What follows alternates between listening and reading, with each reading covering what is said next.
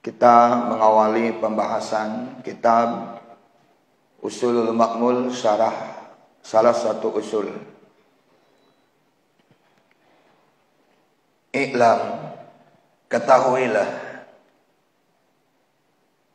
annahu yajibu alaina ta'allumu arba'i masailah. Sesungguhnya wajib bagi kita mempelajari 4 masalah. Al-ula, yang pertama, al-ilmu, yaitu ilmu. Wahwa, dan yang dimaksud dengan ilmu di sini ma'rifatullahi, mengenal Allah, wa ma'rifatu nabiyhi, dan mengenal nabinya, wa ma'rifatu dinil Islam, dan mengenal dinul Islam, mengenal agama Islam, bil adillati, dengan dalil-dalilnya. Asani, yang kedua, al-amalu bih, mengamalkan ilmu. Asali satu, yang ketiga, ad-da'watu ilaih, mendakwahkan ilmu. Arabiah, dan yang keempat, as-sabru alal adafi, sabar dalam menghadapi tantangan, gangguan ketika mendakwahkan ilmu. Alhamdulillah. Pertama, mu'allif penyusun kitab ini menyebutkan yajibu alaina, wajib bagi kita. Yang dimaksud wajib di sini adalah al-wujubul aini, wajib ain.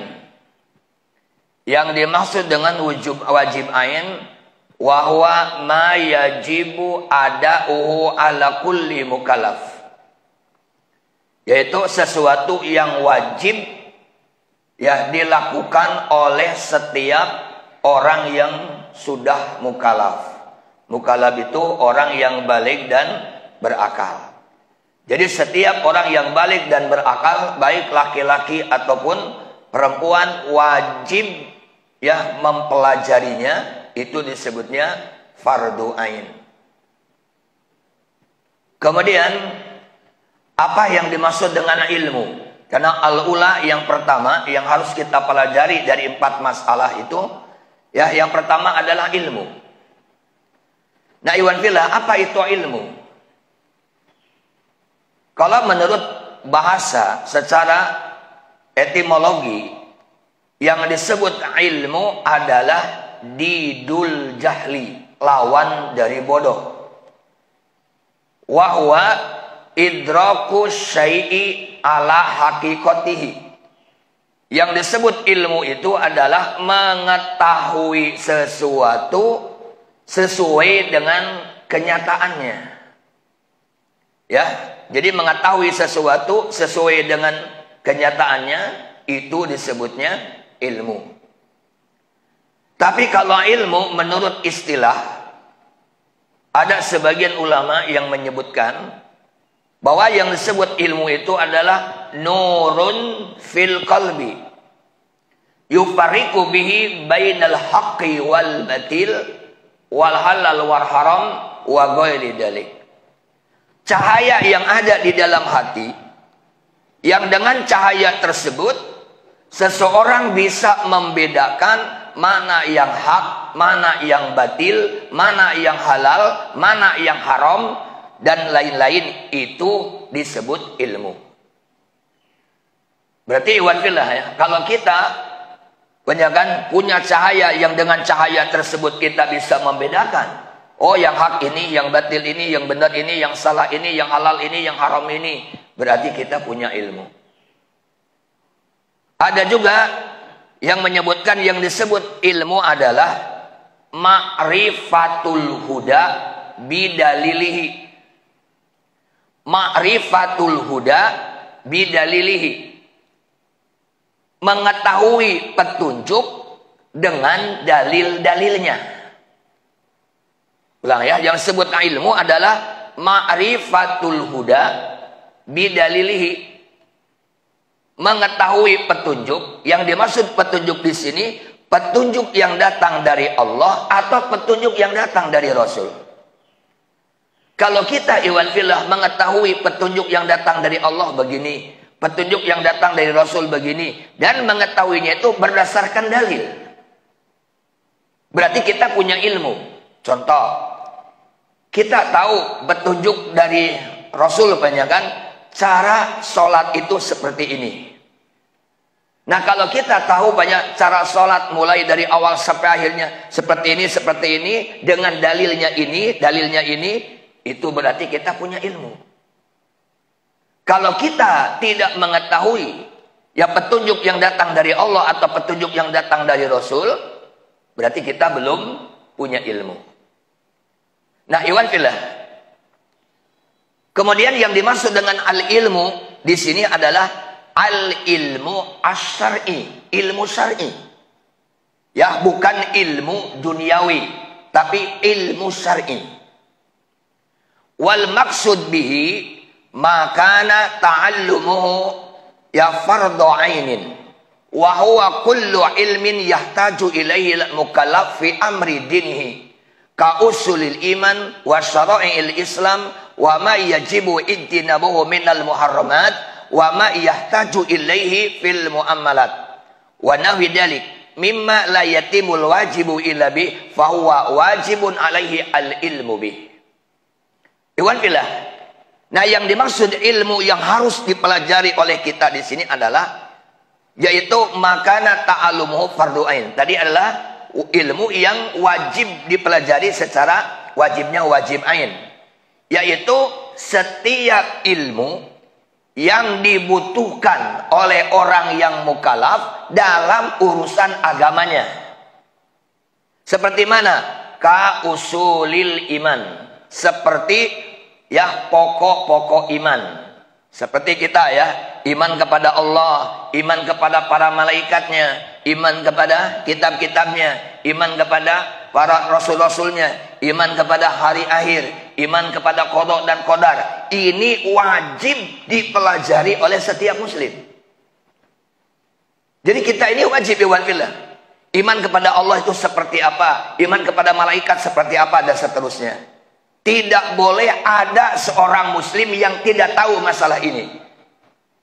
Kenapa? Karena ini adalah ilmu yang berkaitan dengan usulul iman, pokok-pokok keimanan.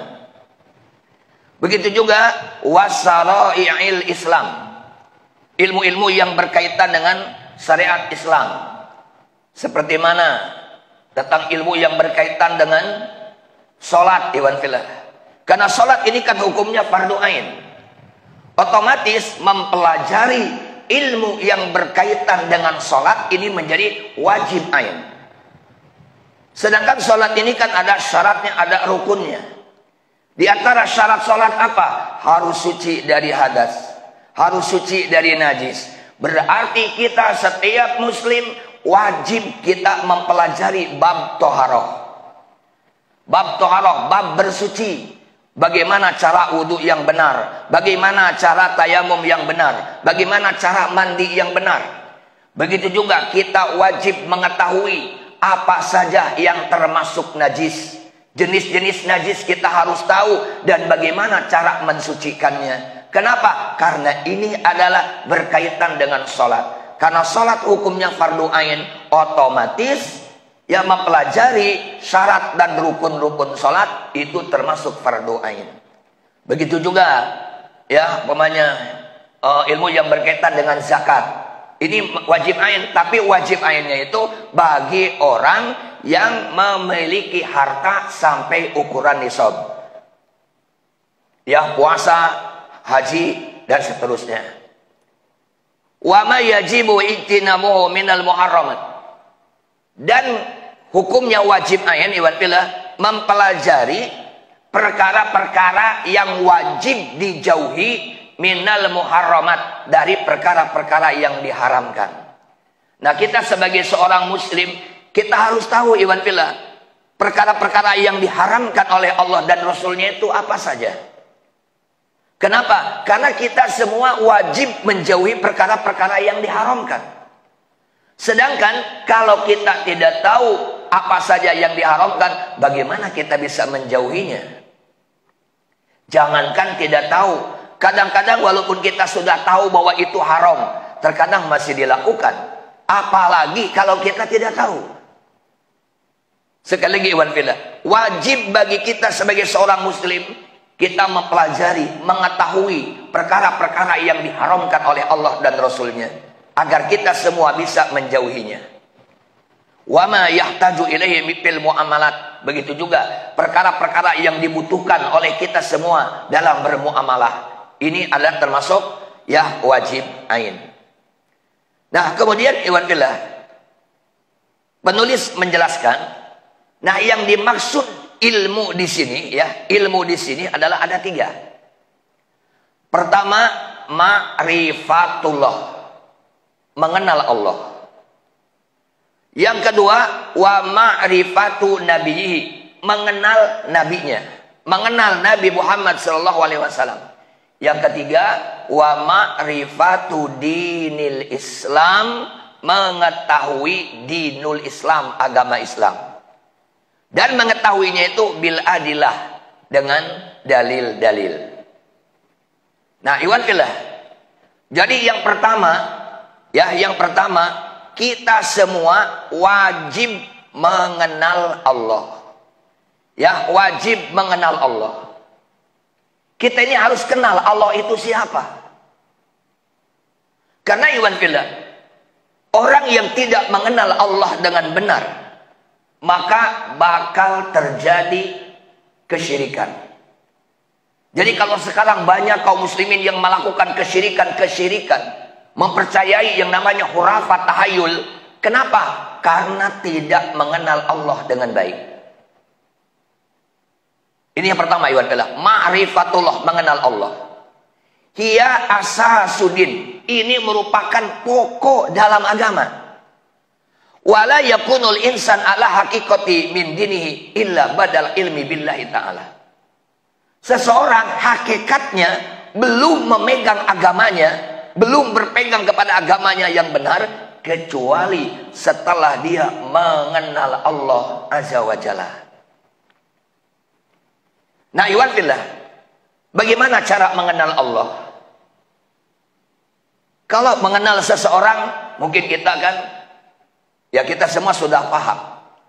Bagaimana cara untuk mengenal Allah, supaya kita ini kenal dengan Allah, bukan hanya sebatas percaya adanya Allah. Ingat iwan fillah, kalau hanya sebatas percaya adanya Allah, iblis pun percaya adanya Allah. Bahkan dibandingkan dengan kita, hebatan iblis. Kenapa bisa dikatakan hebatan iblis? Iblis langsung bisa komunikasi dengan Allah.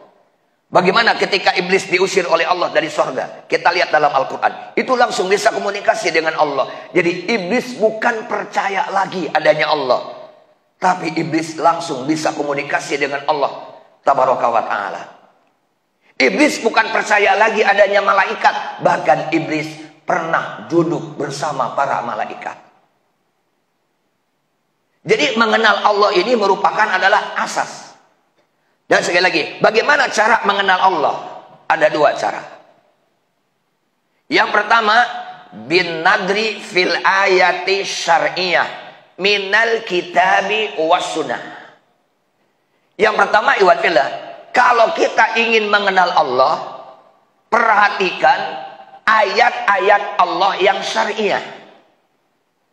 Ya, ayat-ayat yang syariah itu apa? Minal kitabi was sunnah, yaitu Al-Quran dan sunnah-sunnah Nabi atau hadis-hadis Nabi. Insya Allah, kalau kita semua mempelajari Al-Quran dari A sampai Z, kita juga mempelajari hadis-hadis Nabi SAW, insya Allah kita semua bakal bisa mengenal Allah. Kita bisa mengenal Allah, iwan fillah. Tapi kalau kita malas mempelajari Al-Quran, malas mempelajari hadis Nabi, sampai kapanpun kita gak bakalan mengenal Allah. Paling hanya sebatas percaya bahwa Allah itu ada. Itu yang pertama. Cara yang kedua, wa nadri fil ayatil kauniyah. Renungkan, tapakuri ayat-ayat Allah yang sifatnya kauniyah. Kalau ayat kauniyah apa? Ayat kauniyah itu adalah alam semesta. Ya, alam semesta. Coba Iwan Fillah. Di dalam kitab Johar Tauhid disebutkan, undur ila nafsika summan takila lil alamil uluwi summa sukla tajid bihi son'an badi al-hikami lakin koma bihi dalilul adami. Yang pertama Iwan Fillah, undur ila nafsik. Coba perhatikan, renungkan diri kita sendiri saja Iwan Fillah. Diri kita dulu. Kita itu adalah diciptakan oleh dari apa? Ya. Kita ini termasuk ayat-ayat Allah kita ini. Kita diciptakan oleh Allah Subhanahu wa taala dari apa?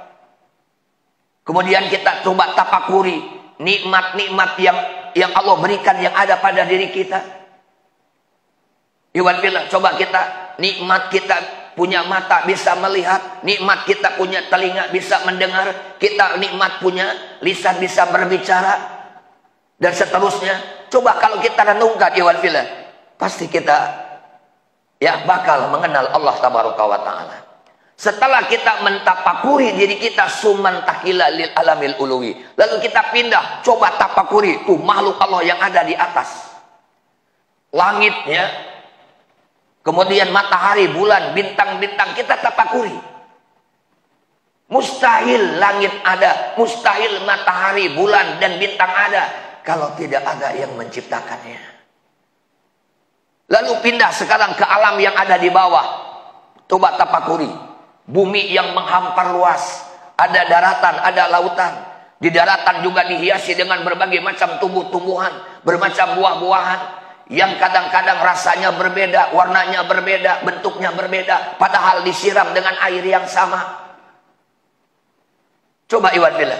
Jadi kalau kita yang mau memikirkan ayat-ayat yang syariah dan kita mau memikirkan ayat-ayat Allah yang kauniyah, insya Allah dengan cara seperti itu kita bakal mengenal Allah. Nah Iwan Fillah, para ulama menjelaskan yang dimaksud mengenal Allah ada 3. Ya, yang dimaksud mengenal Allah ini ada 3. Yang pertama, ma'rifatu rububiyatihi, mengenal rububiyah Allah. Wa ma'rifatu uluhiyatihi, yang kedua mengenal uluhiyah Allah. Wa ma'rifatu asma'ihi wa sifatihi, yang ketiga mengenal nama-nama dan sifat-sifat Allah. Ini yang dimaksud dengan mengenal Allah Iwan Fillah. Ulang ya. Yang pertama, ma'rifatu rububiyatihi, mengenal rububiyah Allah. Apa yang dimaksud dengan rububiyah Allah? Yang dimaksud rububiyah Allah itu Iwan Fillah, yang pertama, Allah yang menciptakan alam semesta. Allah yang mengurus alam semesta. Allah yang menguasai atau yang memiliki alam semesta. Allah yang memberikan rizki. Allah yang memberikan manfaat. Allah yang memberikan madarat. Allah yang menghidupkan. Allah yang mematikan. Ini yang dimaksud dengan rububiyah Allah. Jadi kita harus yakin bahwa yang menciptakan alam semesta hanyalah Allah. Tidak ada pencipta selain dari Allah. Kita harus yakin bahwa yang mengurus alam semesta ini hanyalah Allah.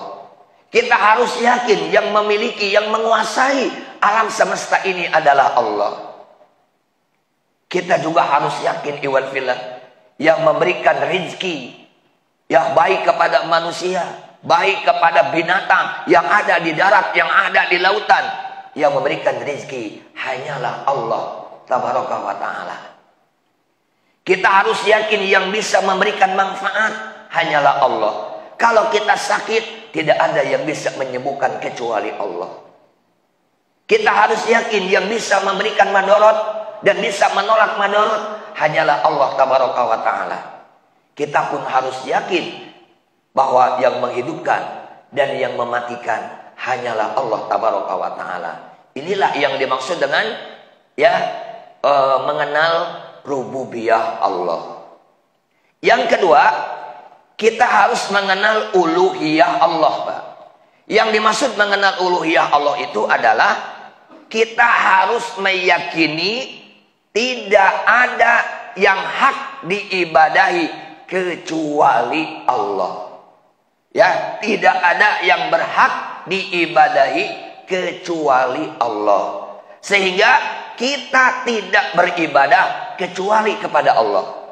Kenapa? Karena selain Allah itu batil untuk disembah, itu batil untuk diibadahi. Apapun namanya, apapun bentuknya. Nah, kalau kita berbicara ibadah, ikhwan fillah, ada 5 yang perlu kita ketahui kalau kita berbicara ibadah. Ini sangat penting, ikhwan fillah.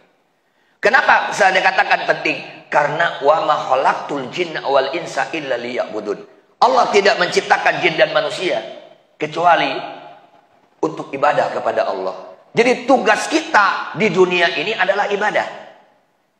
Nah, karena tugas kita di dunia ini adalah ibadah, maka ibadah kita harus mengetahui 5 perkara. Kalau kita bicara ibadah, Pak. Yang pertama, makna ibadah atau definisi ibadah. Yang kedua, syaratnya ibadah. Yang ketiga, rukun ibadah. Yang keempat, aqsamul ibadah, pembagian ibadah. Yang kelima, anwa'ul ibadah, jenis-jenisnya ibadah. Ulang ya.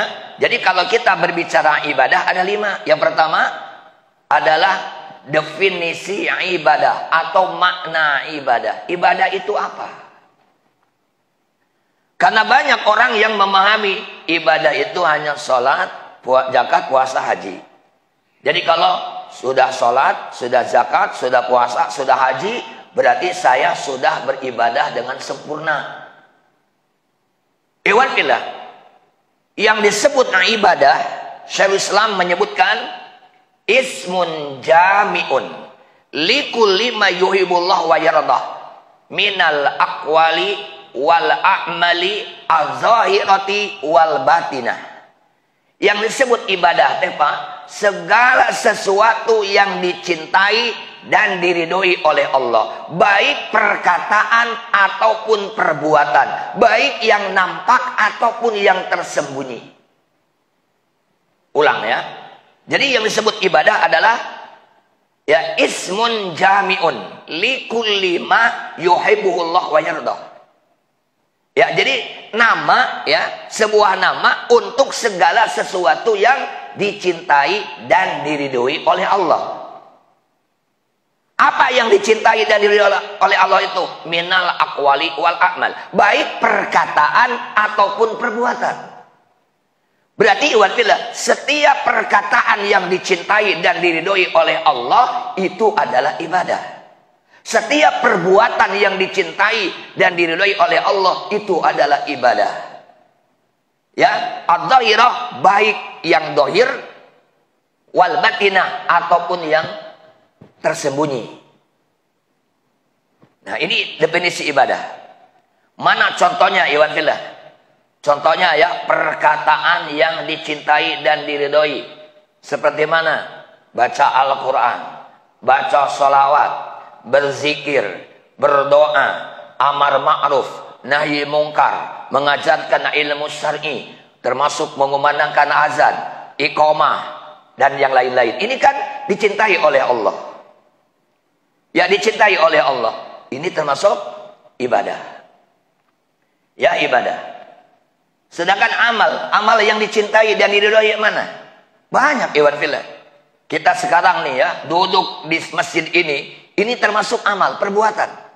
Apakah perbuatan kita duduk di sini dicintai dan diridhoi oleh Allah? Insya Allah dicintai. Kenapa? Karena kita duduk di majelis ilmu, duduk dalam rangka menuntut ilmu. Beda dengan orang yang duduk di tempat maksiat, orang yang duduk di tempat-tempat kemaksiatan, di tempat-tempat kemungkaran. Itu perkara yang dibenci dan tidak diridhoi oleh Allah Subhanahu wa taala. Berarti itu bukanlah ibadah. Ini secara garis besar iwan fillah. Ya, jadi ibadah ini adalah segala sesuatu yang dicintai dan diridhoi oleh Allah, baik berupa perkataan ataupun perbuatan, baik yang nampak ataupun yang tersembunyi. Ini adalah makna ibadah. Kemudian yang kedua adalah syarat diterimanya ibadah. Ini ada syaratnya iwan fillah. Jangankan ibadah kepada Allah. Coba kalau kita saja, umpamanya kita ingin melamar kerjaan kepada suatu perusahaan. Pasti ada syarat-syaratnya iwan fillah. Kita mau memasukin anak kita, banyak kan, ke pesantren atau ke sekolah tertentu. Ada syaratnya. Oh Pak, kalau Bapak mau mendaftarkan anaknya ke sini, syaratnya ini. Nah, begitu juga iwan fillah. Ibadah kepada Allah ini ada syaratnya. Kalau ibadah kita ingin diterima, syaratnya apa? Syaratnya simple, cuma 2 syaratnya. Apa syaratnya yang 2 ini? Yang pertama harus ikhlas. Ya harus ikhlas karena Allah. Yang kedua ittiba, mengikuti contoh dari Rasulullah Sallallahu Alaihi Wasallam. Sudah Pak. Ikhlas tidak ittiba, gak diterima. Ittiba tidak ikhlas, gak diterima. Maka Fudail bin Iyad rahimahullahu ta'ala beliau mengatakan, idza kana al-amalu khalisan wa lam yakun sawaban lam yuqbal. Wa idza kana al-amalu sawaban wa lam yakun khalisan lam yuqbal hatta yakuna khalisan sawaban. Wal muradu bil khalis ayyakuna lillah wal muradu bis shawab ayyakuna ala sunnah. Apabila amal khalis tapi tidak shawab, tidak diterima. Atau amal kita shawab tapi tidak khalis, tidak diterima. Sehingga amal itu harus khalis dan shawab. Yang dimaksud khalis ikhlas karena Allah, yang dimaksud shawab sesuai dengan sunnah. Mana contoh? Contohnya iwan fillah. Kalau umpamanya kita ya di masjid hari Ahad, sepakat seluruh jamaah sholat subuhnya 4 rakaat. Semuanya setuju dan ikhlas semuanya. Kenapa setuju? Penglibur. Kalau hari Ahad kan libur, hanya langsung jamaahnya Pak Imam sholat subuhnya 4 rakaat saja. Loh, kenapa 4 rakaat? Penglibur, banyak waktu. Ikhlas semuanya, ikhlas. Diterima? Tidak. Walaupun semuanya ikhlas, gak bakalan diterima. Kenapa? Karena tidak sesuai dengan sunnah. Karena Rasul tidak pernah mengajarkan sholat subuh 4 rakaat. Ini sebagai contoh iwan fillah. Sekarang banyak sesuai dengan sunnah. Sholat subuhnya 2 rakaat. Tapi terpaksa sholatnya saya sebetulnya gak mau sholat. Cuma malu sama teman disamper. Berarti tidak diterima. Kenapa? Karena pelaksanaan sholatnya bukan karena Allah, tapi karena teman. Ini syaratnya iwan fillah. Jadi, 1 ikhlas, yang kedua ittiba.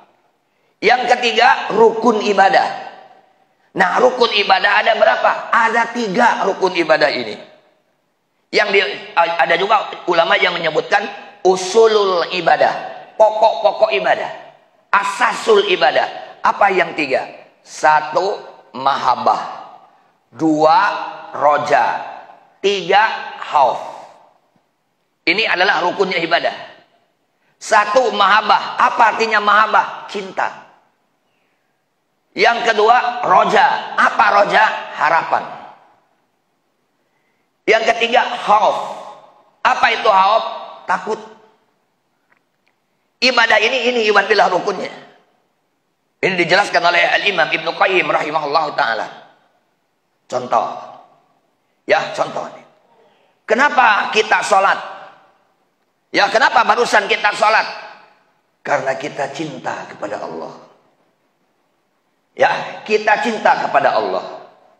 Loh, kenapa kita cinta kepada Allah sholat? Iwan fillah. Biasanya, orang yang mencintai suka mengikuti keinginan yang dicintai. Kalau ada seorang laki-laki mencintai seorang perempuan, lalu perempuan yang dicintainya dia minta sesuatu, Mas, kalau Mas benar-benar cinta sama saya, tolong dong, saya beliin ini. Pasti si laki-laki ini bakal berusaha untuk membelikan apa yang dipinta oleh orang yang dicintainya. Kenapa? Kalau tidak, saya takut diputus. Nah, iwan fillah, kita ini kan cinta kepada Allah. Nah, Allah yang kita cintai, Allah menyuruh kita sholat. Di antaranya ya, Allah menyuruh kita sholat. Maka sholat yang kita lakukan, ima sholat wajib, ima sholat sunnah. Niatan, saya sholat ini karena saya cinta kepada Allah. Itu namanya mahabbah.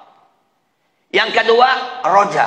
Apa roja? Harapan. Kenapa kita sholat? Mudah-mudahan dengan saya sholat, dengan kita sholat, kita mendapat rahmat Allah, kita mendapat ridho Allah, kita mendapat pahala dari Allah, dan mudah-mudahan nanti di akhirat kita ditempatkan dalam surganya Allah. Itu namanya roja, Pak. Pasti itu, Pak, ada roja, harapan. Makanya coba kan, ya, kalau ada orang yang meninggal, pastikan semoga dosa-dosanya diampuni, amal kebaikannya diterima. Itu namanya roja. Kalau Bapak infak, ya, infak baik langsung atau biasa panitia, semoga infak Bapak-bapak diterima, dibalas. Itu namanya harapan, Bapak. Harapan. Yang ketiga, rukun ibadah itu khauf. Kenapa kita sholat? Karena saya takut murka Allah. Saya takut dengan siksanya Allah. Saya takut dengan nerakanya Allah. Ini iwan fillah. Lalu sekarang ada orang yang mengatakan, kita sholat jangan ingin rahmat Allah, jangan takut siksa Allah. Pokoknya kita mah karena Allah aja. Mengenai nanti mau dimasukin ke surga atau ke neraka, terserah Allah. Keliru, iwan fillah. Perhatikan, lihat dalam hadis banyak sekali. Ada sahabat, ya, beliau ini adalah duduk di hadapan Rasulullah. Lalu di situ sudah ada korma. Lalu sahabat ini mengambil sebutir korma. Itu korma masih dipegang di tangannya. Lalu kata sahabat, ya Rasulullah, kalau saya ikut berperang, lalu saya terbunuh di medan perang, saya masuk mana ya Rasul? Kata Rasul, jannah, kamu masuk surga. Itu korma tidak jadi dimakan, ditaruh lagi. Langsung dia berangkat ngejar para sahabat yang sudah berangkat untuk berperang. Kira-kira sahabat sampai tidak jadi makan korma, dia langsung menyusul para sahabat yang sudah berangkat. Kenapa? Karena ingin surga. Ada seorang wanita yang berkulit hitam datang ke Rasulullah SAW. Dia mengadu, ya Rasulullah, saya ini punya penyakit ayan. Dia itu sering pingsan. Nah, sering pingsannya itu karena sering diganggu oleh jin. Lalu kata si wanita itu, berdoalah engkau kepada Allah agar Allah menyembuhkan penyakitku ini. Apa kata Rasul? Kalau kamu mau sabar, kamu akan mendapatkan surga. Tapi kalau kamu mau sembuh, saya akan berdoa kepada Allah agar Allah menyembuhkanmu. Apa jawaban wanita itu? Kalau begitu, saya milih sabar ya Rasulullah. Bayangin iwan fillah. Gak jadi wanita ini tidak jadi minta didoakan agar Allah menyembuhkan. Kenapa? Karena kata Rasul, kalau kamu sabar, kamu akan mendapat surga. Nah, karena kalau sabar akan mendapat surga, saking ingin surga, kata wanita itu, saya kalau begitu milih sabar. Tapi berdoalah engkau kepada Allah ya Rasulullah agar aurat saya tidak terbuka. Akhirnya yang didoakan oleh Rasulullah bukan supaya penyakitnya sembuh, tapi ya Allah, seandainya wanita ini ayannya kambuh, jangan sampai auratnya terbuka. Masya Allah iwan fillah. Padahal aurat terbuka dalam keadaan tidak sadar itu gak dosa. Ya gak dosa. Tapi karena wanita ini saking tinggi rasa malunya, dan ini menunjukkan tingginya iman si wanita itu, walaupun dalam kondisi tidak sadar, jangan sampai aurat itu terbuka. Nah, ini iwan fillah. Lalu ada bagaimana? Suka ada dia, mungkin kita kadang-kadang sebelum maghrib atau ada juga setelah Jumatan, ada yang suka baca ya, ilahi lastu lil firdausi ahla wala aqwa ala naril jahimi. Ada orang yang mengatakan ini doa membingungkan Allah katanya. Iwan fillah. Kalau ada orang yang menyebutkan ini membingungkan Allah, nggak benar. Allah nggak pernah bingung. Ya, ini bukan membingungkan. Ini tanda ketawaduan kita. Artinya apa? Ilahi lastu lil firdausi ahla.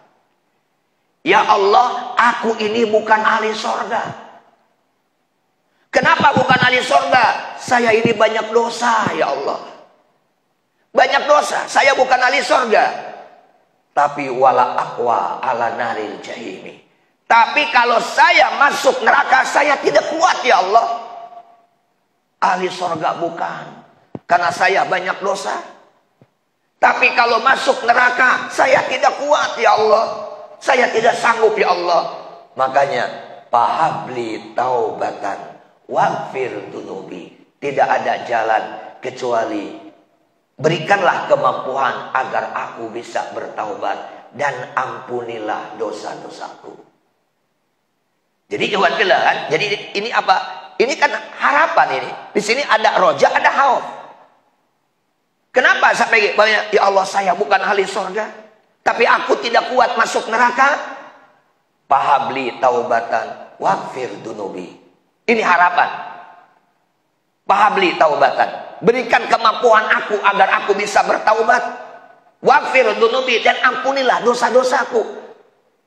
Kenapa dia sampai minta kepada Allah pahabli taubatan waghfir dunubi? Dengan harapan mudah-mudahan Allah bisa mengampuni dosa-dosa yang kita lakukan, sehingga dengan diampuninya dosa kita bisa masuk ke dalam surganya dan selamat dari siksanya. Ini ikhwan fillah ya. Jadi usulul ibadah ini tidak lepas dari empat ini. Dari tiga tadi. Yang pertama mahabbah, cinta. Yang kedua roja, harapan. Yang ketiga khauf. Ya, kemudian ya yang keempatnya aksamul ibadah, pembagian ibadah. Ibadah itu iwan billah ada terbagi empat secara garis besarnya. Yang pertama ada ibadah qalbiyah. Yang kedua ibadah jasadiyah. Yang ketiga ibadah lisaniyah. Yang keempat ibadah maliyah. Ibadah qalbiyah, ibadah yang dilakukan oleh hati. Seperti mana? Ikhlas, sabar, tawakal. Itu kan adanya di dalam hati. Itu adalah ibadah qalbiyah. Iman kepada Allah, kepada malaikat dan seterusnya, itu ibadah qalbiyah. Ibadah jasadiyah, ibadah yang dilakukan oleh fisik kita. Contohnya kita sholat berdiri, kita ruku, kita sujud, kita duduk. Ini ibadah jasadiyah. Yang paling banyak ibadah jasadiyah menunaikan umroh atau haji. Ya, coba kan kita sa'i, ya, sa'i itu kan menggunakan jasad. Kita tawaf menggunakan jasad, melempar jumrah menggunakan jasad kita. Itu semua termasuk ibadahnya ibadah jasadiyah. Yang ketiga ibadah lisaniyah. Kalau ibadah lisaniyah, ibadah yang diucapkan oleh lisan kita, seperti baca Quran, ya, baca sholawat, berzikir, berdoa, nah dan seterusnya. Pokoknya setiap ibadah yang diucapkan oleh lisan kita itu disebutnya ibadah lisaniyah. Yang keempatnya ibadah maliyah.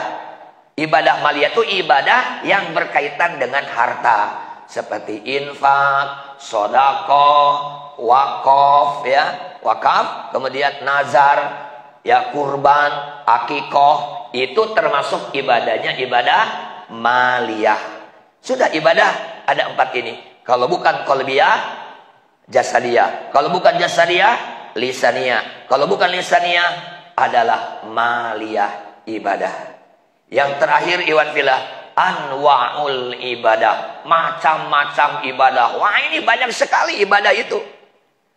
Termasuk yang mulai dari apa? Isti'anah, minta tolong, isti'azah, minta perlindungan, istighosah, minta bantuan, termasuk nadar, termasuk ya